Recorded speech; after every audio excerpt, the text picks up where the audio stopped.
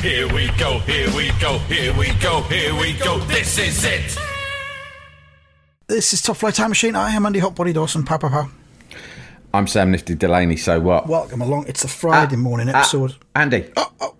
And who might you be? And who might you be? And how are you today? Oh, that's good. Or bad, depending on what you said. I think that's enough. That's enough. Yeah, it's a platitude, isn't it? Yeah, it's the Friday morning episode. You get it on Thursday evening if you're IFS. If you don't know what IFS is, it's our Patreon. So we keep mentioning it and then we don't say what it is in case new listeners don't know what we're talking about. Fuck's IFS, International Fuck Station. I'm Filings. You might think, well, what's that mean? I'm Filings is a type of... It's basically the robot version of cocaine.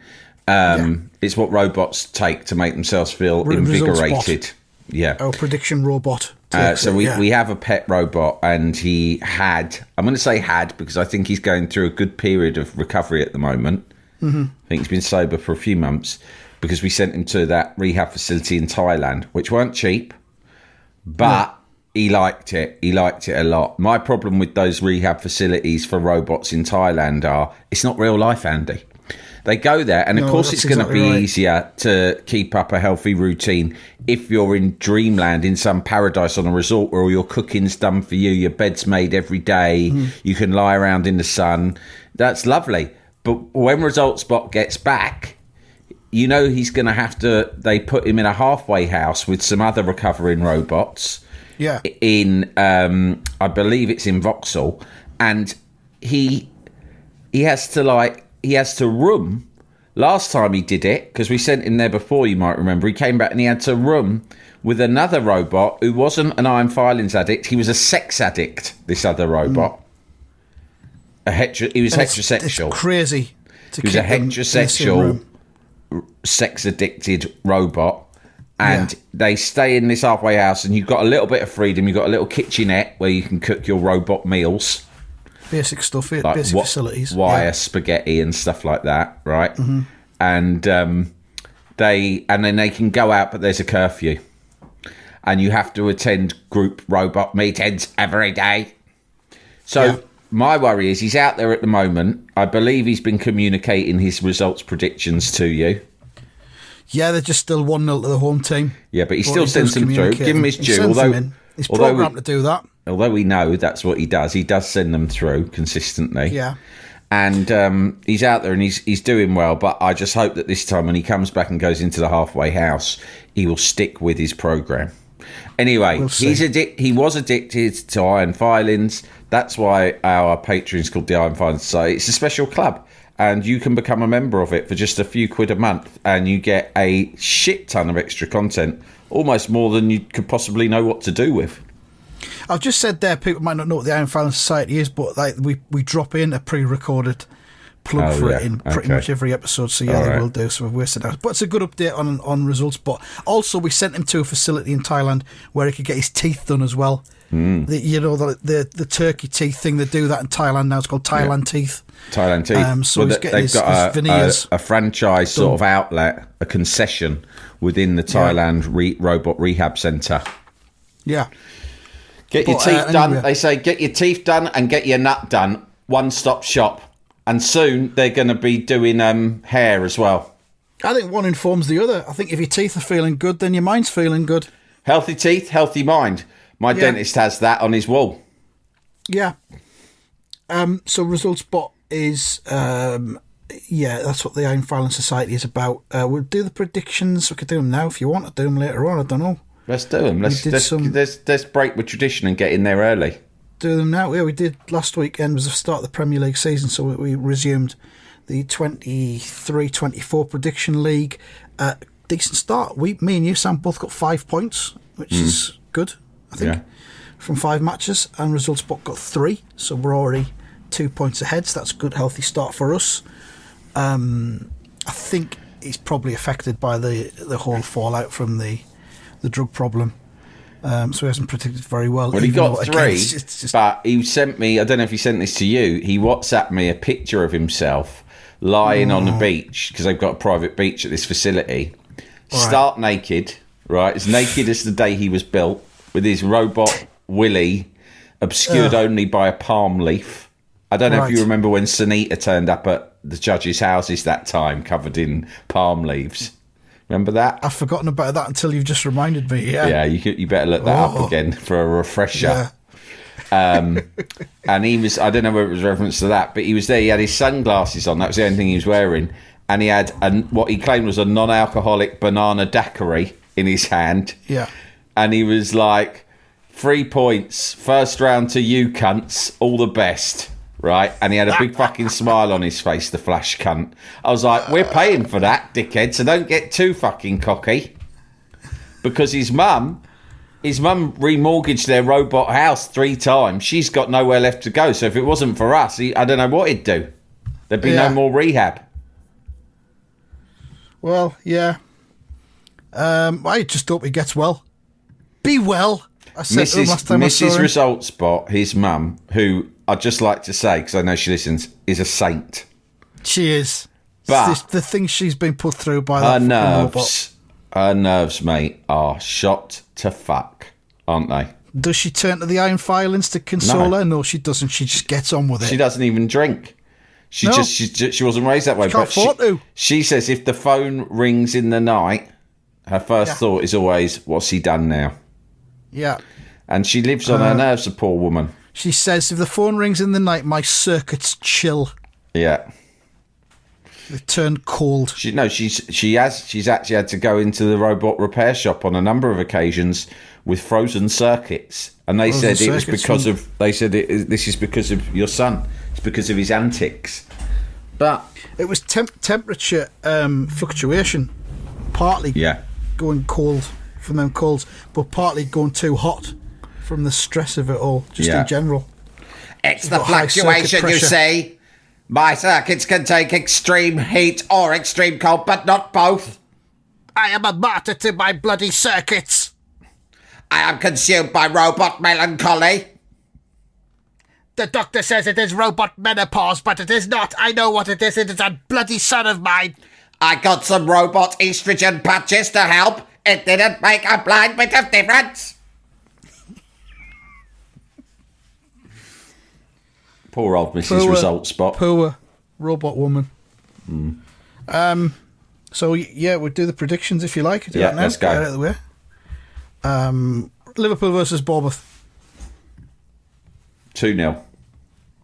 I'm guessing you're saying that's to Liverpool, yeah. I'm going to say 2-1 to Liverpool. Aston Villa versus Everton. I'll go first here. God, shitting fuck. Aston Villa versus Everton. This will be 1-0 to Everton. I'm going to say 2-1 Villa. I think they'll bounce back. Oh, sorry, I meant 1-0 Villa, not Everton. Sorry, can I just retract that? Not now. Yeah, all right, fair enough. You're saying 2-1 Villa? Villa, yeah. Yeah. God, this early into the season, I'm a mess already.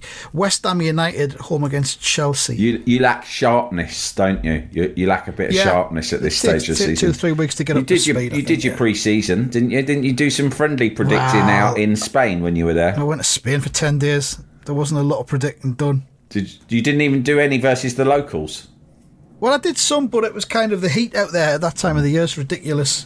Even in the evenings, you can't predict because it's like 29 degrees. Not for them, no. That's the thing. If you play them, they can predict in really high temperatures. Doesn't make a difference to them. Well, they used to it because they have prediction naps during the afternoon, and then they can predict till like 1, 2 in the morning. When they wake up refreshed, they can just predict like 10, 12 predictions in a row, no problem. Barely break a sweat. So it was tricky, but I don't even remember half the results. Because it was just about getting some predictions under my belt. You just got to get. It's not so much about the results. It's more about just getting your sharpness back. Yeah. I did a bit in Portugal, and then I did a few local ones against some just local, not really ones. Local, but in the southeast, in the home counties. Against some like kids and stuff. Yeah, kids mainly. Yeah, and a few veterans. There's a few veteran predictors as well, sort of semi-retired predictors, but you can still get a little bit of a run out against them. Yeah, they attract a decent crowd as well, even though... They do, because a lot of them have got like this sort of heritage, and they come and sign old predicting sheets and stuff like that. Yeah. So, West Ham, Chelsea, I'll say 1-0 West Ham. Whoa. I'm sorry, I'm going to say 2-0 to Chelsea. But you can get your revenge here with Sunderland versus Rotherham, which I think will be, oh God, I mean, we're recording this a couple of days before it goes out. Will Sunderland have signed a striker that's worth playing at this level? It's unlikely. I'm going to go for... I'll go for 1-1. I'll say 0-0. Grim. And finally, on to result spot's chosen team for this season, which is, of course, Newcastle United, the enemy of English football. They're away at Manchester City. What do you think about that? Oh, that'll be a good game. Big game early on, isn't it? I think it will be Newcastle 1, Manchester City 3. It's at Manchester City. Oh, yeah, so 3-1 Man City, yeah. 3-1. That doesn't change your prediction? No. Okay, I think it will be 3-2 to Manchester City. Going out on a limb there.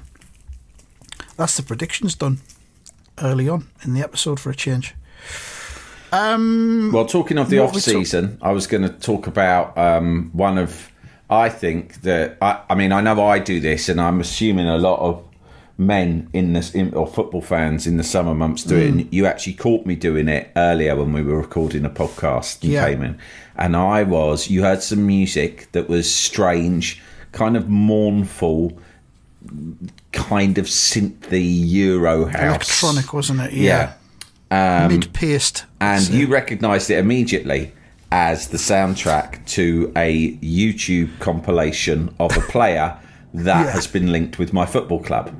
And so many of us spend the summer watching these videos. You see a name of some random foreign player you've never heard of before, and you quickly jump on YouTube and think, I wonder if he's any good. First of all, who has ever watched one of those videos and come away thinking, nah, he looks shit?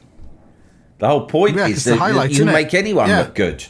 I would rather someone put their shittest moments in a compilation, and I can judge them that way, because everyone, even Haaland's probably had some shit moments, and you can judge a player by that. How many shit moments have there been? How bad were they? How avoidable were they? How did he react to them?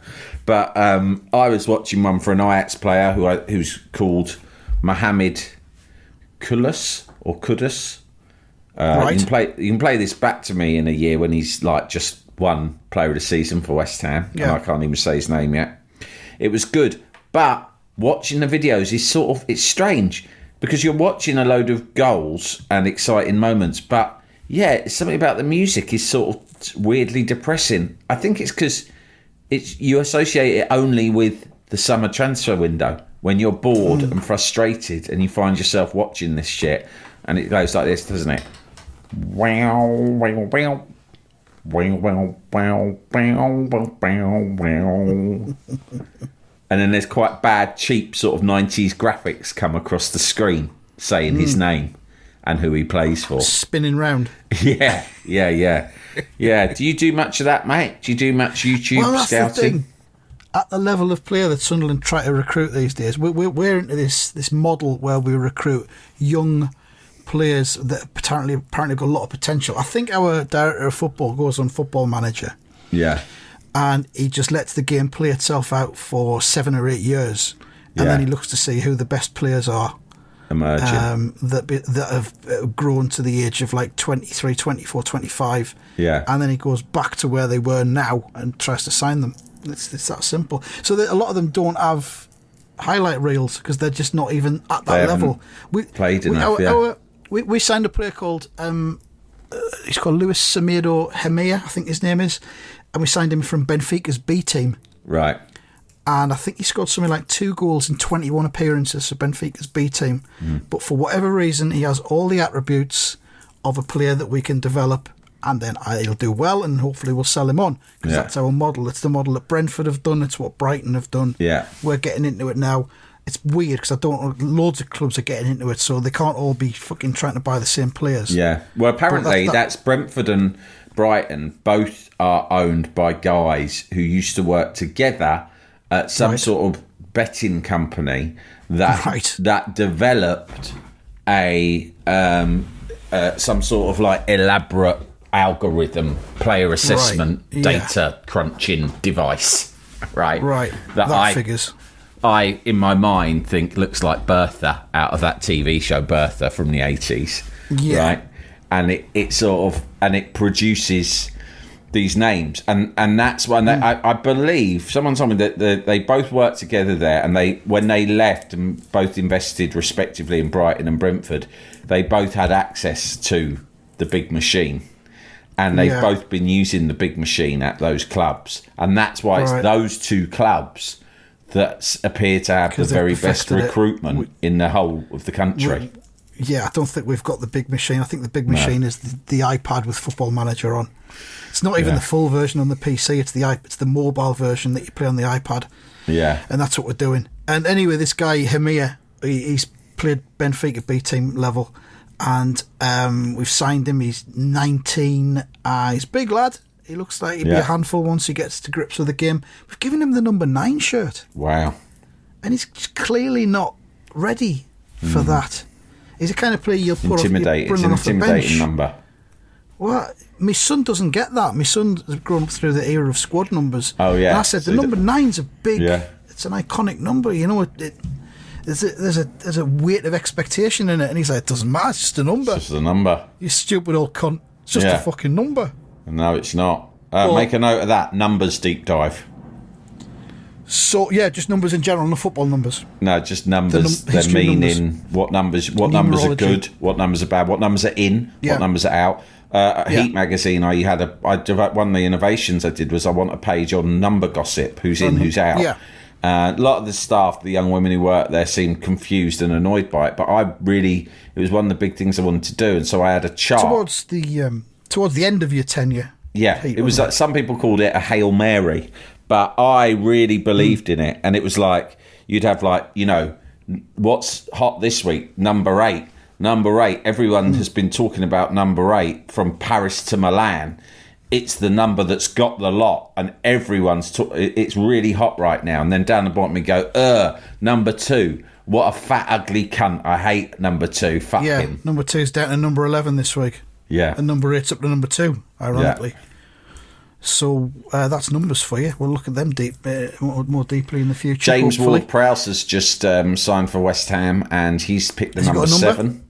He has. He picked the number 7, which was not he was number 16 at Southampton. Right. He had the offer of number 16 at West Ham, so he could keep it. But he said, no, I want number 7 because David Beckham, I believe, is his hero.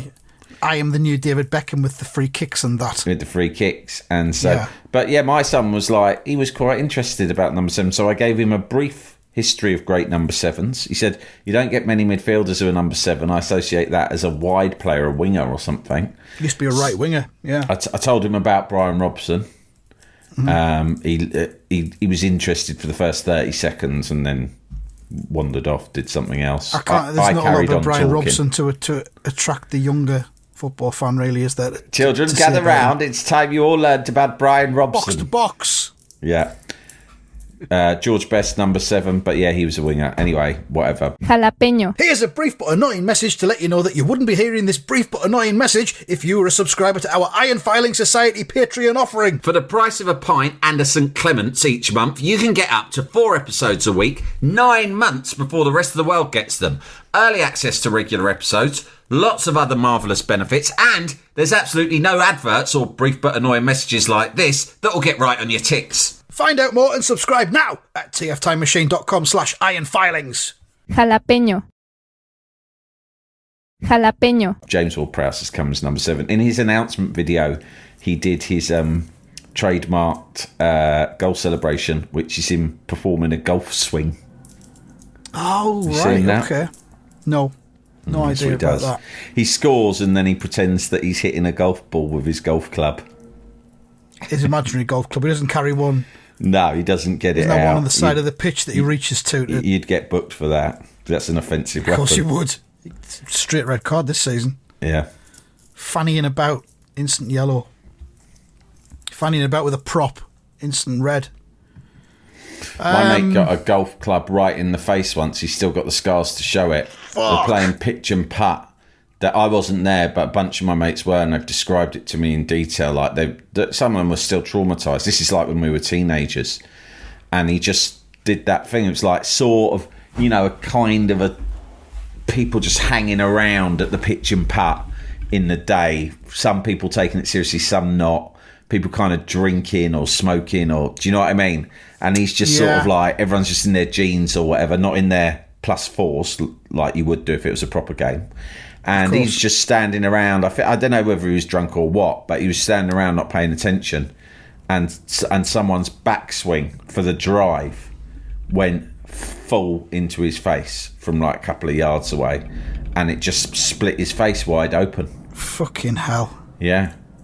And he's still got... he shouldn't have been standing that close.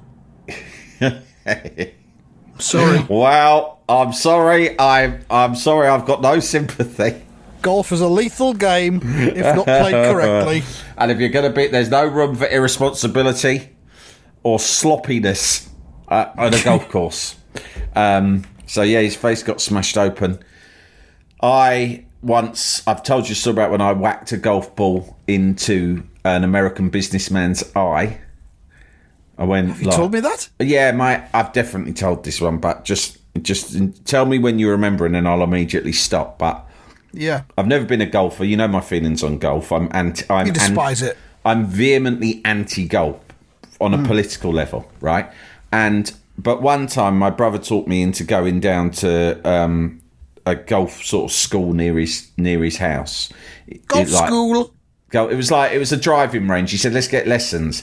And I said, I'm really not into go there. And he taught me into it. He said, come on, it's something to do. It's a laugh. Obviously, I didn't have kids at the time, so you have like more time to fill with like nonsense. So I went, all right. So I went down and I was like pretty useless at it. And the coach was this big Australian guy. And he was more or less saying, now, Sam, you're obviously shit.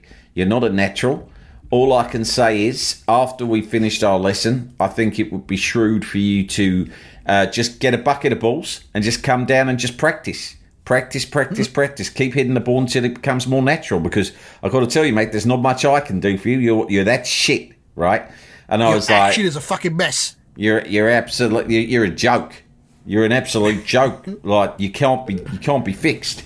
So I thought, all right, fuck it, I will get a bucket of balls. So I got a bucket of balls and I went down. It was like, a driving range. You'll be familiar with them. There's like sort of like waist high dividing walls on either side of me.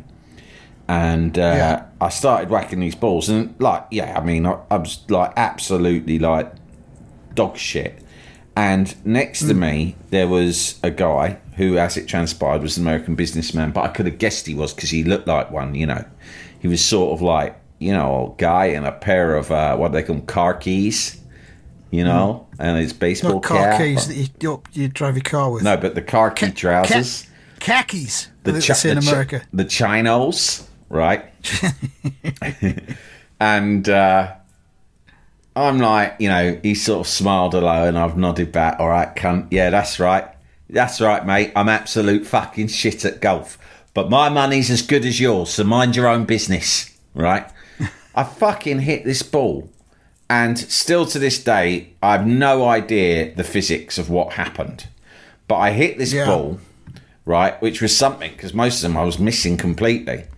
And it spun up. It didn't leave the ground. It sort of fired along the ground. It must have spun up off of a fucking ridge or something. But somehow it fucking skewed into the fucking thing next to me and hit this cunt right in his eye. Bang! He almost got stuck in his fucking eye socket. He sunk to his knees, right? He screamed out, "Ah!" I bet. He was a big bloke, and he was in agony. And I panicked completely, right? So there's a bit of chaos, people running around, and I run into the clubhouse bit, right, where all the teachers are hanging around. And I run in, and I go to the Australian guy, I think his name is Brad. Brad! Probably, yeah. Oh, g'day, Sam. What's the matter, mate? Oh, I just smashed a golf ball into a man's eye. Call an ambulance. And he's gone, oh my God. But all of the other coaches started taking the piss out of Brad again.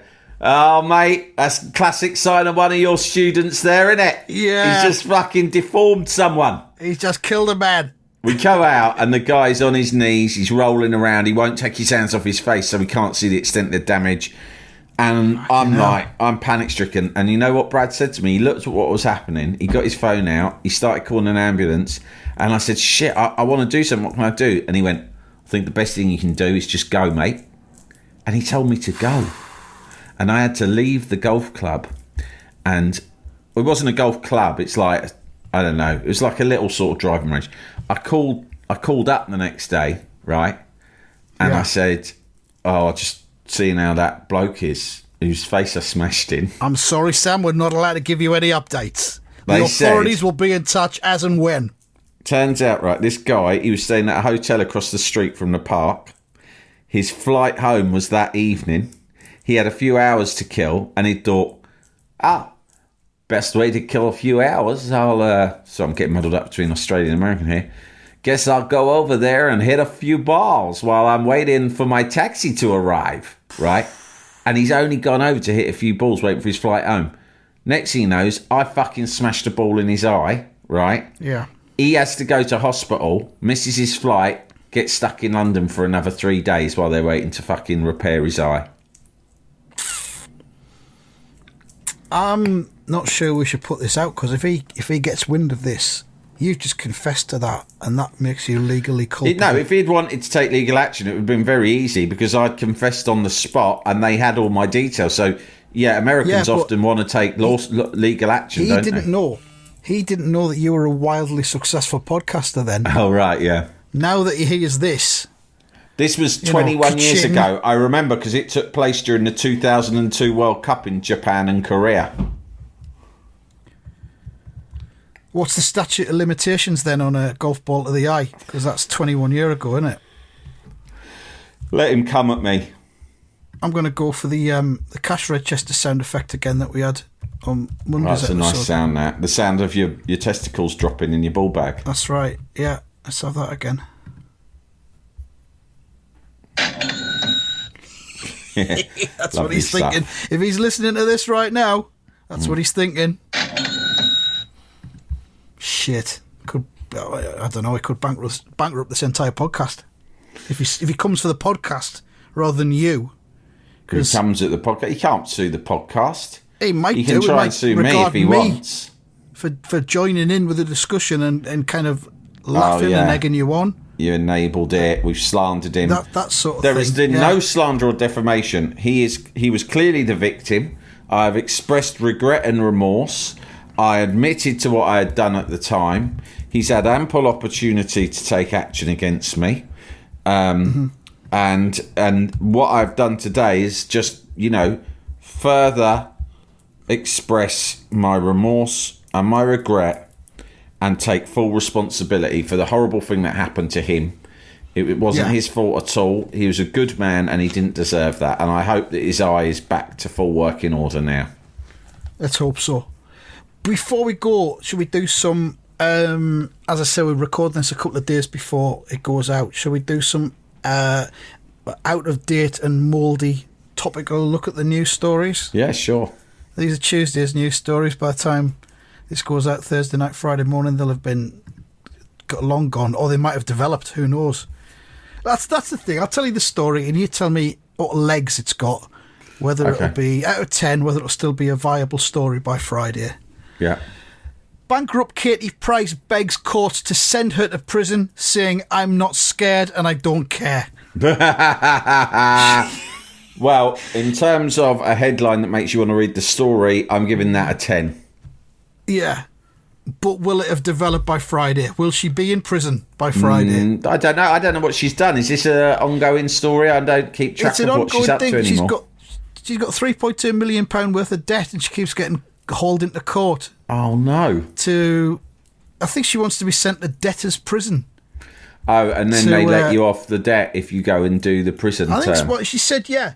She said, here's a direct quote, "I'm so threatened with court letters, and I've been to court more times than I've had hot dinners lately. I am not scared of court anymore. I have said, can't you just put me in prison just to cover it all?" What a fucking legendary... what a legendary thing to say in court. She says, I'm fed up with the reminders and why I'm in court. I genuinely don't care if I go to prison because it's done then. Katie Price in prison would be brilliant. What a TV show that would be. What a reality show That's that what she would said.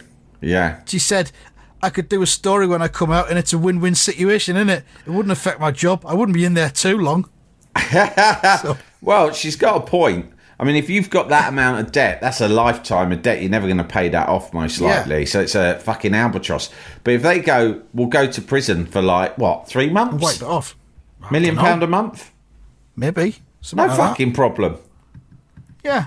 She could do 3 months in prison. Doing her sleep. Fucking Katie Price is a tough cookie. She's not going to... She'd thrive on the inside. All right, here's another one. This is earth-shattering, this one. England captain Harry Kane's new baby could be born in Munich and eligible to play for Germany. Mm-hmm. Fuck. Wow. Imagine that. Young Kane. His fourth kid. Got 3 already, but they're obviously eligible for England. Big this Daddy one could be Kane. eligible Has for anyone Germany. ever used that headline? They should have done, Big shouldn't Daddy they? Kane? Probably. So I don't know, that's not going to develop by Friday, is it? We're not going to see if Harry Kane's unborn kid will play for Germany by Friday. I think that's still up in the air. They can sign him up, though, early. On the off chance. I mean, he might not be a They footballer. can. He might do a Declan Rice there and just Oh, yeah. jump ships. He's turned out to be quite the treacherous little Bit of a fuck, snake, hasn't he, really, Declan isn't Rice? he? He did that. Yeah. Ireland fans have always said it, understandably. Yeah. And then with West Ham's like, oh, I love West Ham. Oh, it's a real shame. Oh, do Arsenal want to buy me? Oh, well, now I don't know what to do. Mate, we were balls deep in a relegation battle. You were our captain and you were fucking going round for dinner with Arteta and all the rest of it. Passing messages to them. Fuck's sake, I should have listened to those Ireland fans all along. Here's another one. Our a regular person of interest, Gethin Jones. Oh, yeah. He is dating one of the waitresses from First Dates. Do you watch First Dates? No, I've never seen it. Oh, okay. It's the one that I fancy the most as well. Cece Coleman. How did Gethin... well, I suppose Gethin's got the pick of whoever he wants in the whole world, really, hasn't he? The thing I've heard about the waiters and waitresses on First Dates, they're not actually waiters and waitresses, they're actors.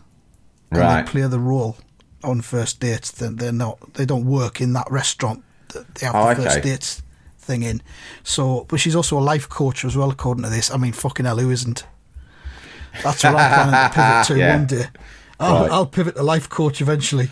Everyone does in the end, yeah. Logistics coach. But her and Gethin Jones went to see that 222 A Ghost Story in London's West I End fancy seeing on that, Wednesday yeah. night.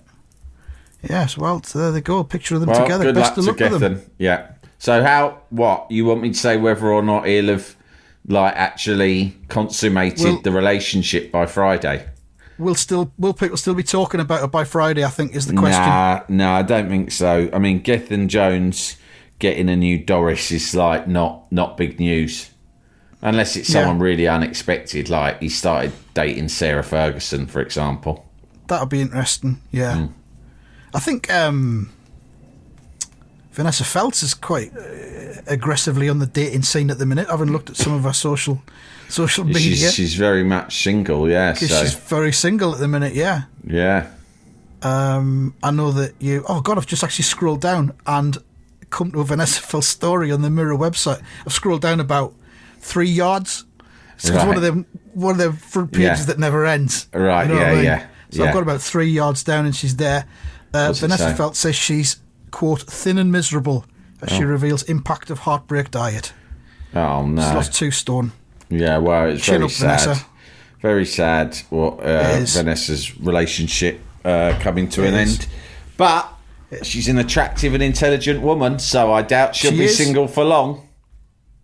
Yeah, I'm not suggesting that I get you to hook us up, but She's not a widow, mate. She's just single.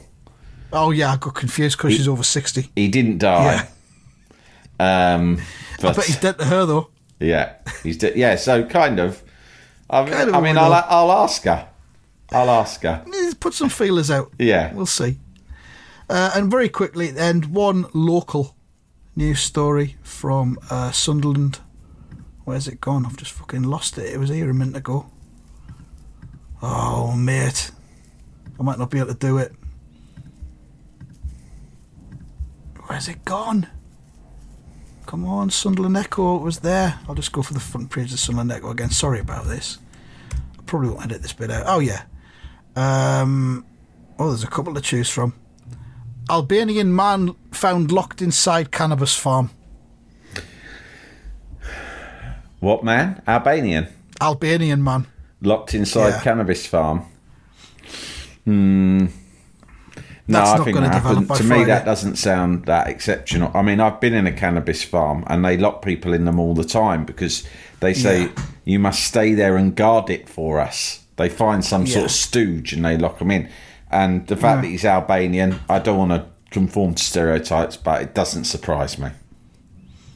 Well, there's another one you can choose from. Again, I don't know if this will still be topical by Friday.